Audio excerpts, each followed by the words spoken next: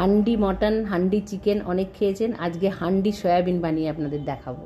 হাতে মেখে এটাকে তৈরি করতে হবে। বানানো যেমন সহজ তেমনি হয়েও যায় খুব তাড়াতাড়ি। আপনার কষানোর কোনো ঝামেলা নেই। ভাত, যে কোনো ধরনের পরোটা, রুটির সঙ্গে খেতে কিন্তু দুর্দান্ত লাগবে। প্রথমে সয়াবিন রান্না করে নেওয়ার জন্য যেভাবে রেডি করে নিতে হয়, গরম জলে সেদ্ধ করে ঠান্ডা জলে ধুয়ে চিপে নিয়ে, জল চিপে নিয়ে হাঁড়ির মধ্যে দিয়ে দিলাম। আমি কিন্তু গ্যাসটা জ্বালাইনি, গ্যাসটা পরে জ্বালাবো। 100 গ্রাম টক দই দিলাম, হাফ চামচ দিলাম জিরের গুঁড়ো, হাফ চামচ দিলাম ধনের গুঁড়ো, হাফ চামচ ঝাল লঙ্কার গুঁড়ো, অল্প একটু হলুদ, 1 চামচ আদা রসুন বাটা, পরিমাণ মতো নুন, অল্প একটু চিনি, হাফ চামচ কাশ্মীরি লঙ্কার গুঁড়ো আর 2 বড় টেবিল চামচে দিলাম সর্ষের তেল। দিয়ে একসঙ্গে সব কিছুকে হাত দিয়ে ভালো করে প্রথমে মাখিয়ে নেব। আমার চ্যানেল যারা সাবস্ক্রাইব করেননি, আমার চ্যানেলটাকে সাবস্ক্রাইব করে আমার পাশে থাকবেন। ভিডিওটা ভালো লাগলে লাইক, শেয়ার, কমেন্ট করে দেবেন। ফেসবুক থেকে দেখলে পেজটাকে ফলো করে নেওয়ার অনুরোধ রইল। সয়াবিনের গায়ে যেন সম্পূর্ণভাবে মশলাটা লেগে যায়, সেই জন্যে ভালো করে হাত দিয়ে মেখে নিলাম। হাত ধোয়া জল আর দইয়ের বাটি ধোয়া জলটা দিয়ে হাফ বাটির একটু বেশি জল দিলাম। 4টে পেঁয়াজ কেটে নিয়েছি, পেঁয়াজের গাগুলোকে এইভাবে চিড়ে চিড়ে নিয়ে এর মধ্যে গোটা অবস্থাতেই দিয়ে দেবো।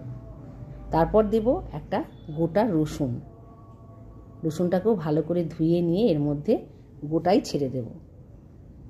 এর আগে হাফ চামচ আদা আর হাফ চামচ রসুন বাটা দিয়েছিলাম। ক্যাপসিকাম নিয়েছি, চৌকো করে কেটে নিয়েছি। একটা ছোট সাইজের টমেটো নিয়েছি, সেটাকেও চৌকো করে কেটে নিয়েছি। অল্প একটু ধনেপাতা দিলাম, 3টে কাঁচা লঙ্কা চিড়ে দেবো আর অল্প একটু গরম মশলা।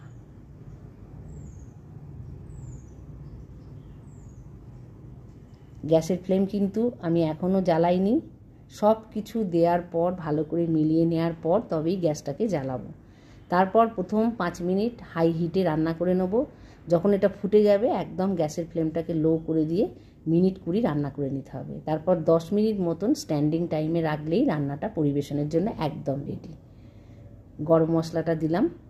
একবার হলেও এইভাবে সয়াবিনটা বানিয়ে খেয়ে দেখবেন। কোনো পরিশ্রম নেই, কোনো কষানো, দাঁড়িয়ে থেকে রান্না করার কোনো ঝামেলা হচ্ছে না। খুব সহজেই রান্না করে নিতে পারবেন। রান্নাটা হয়ে গেলে দেখুন দেখাচ্ছি কত সুন্দর দেখতে হয়েছে।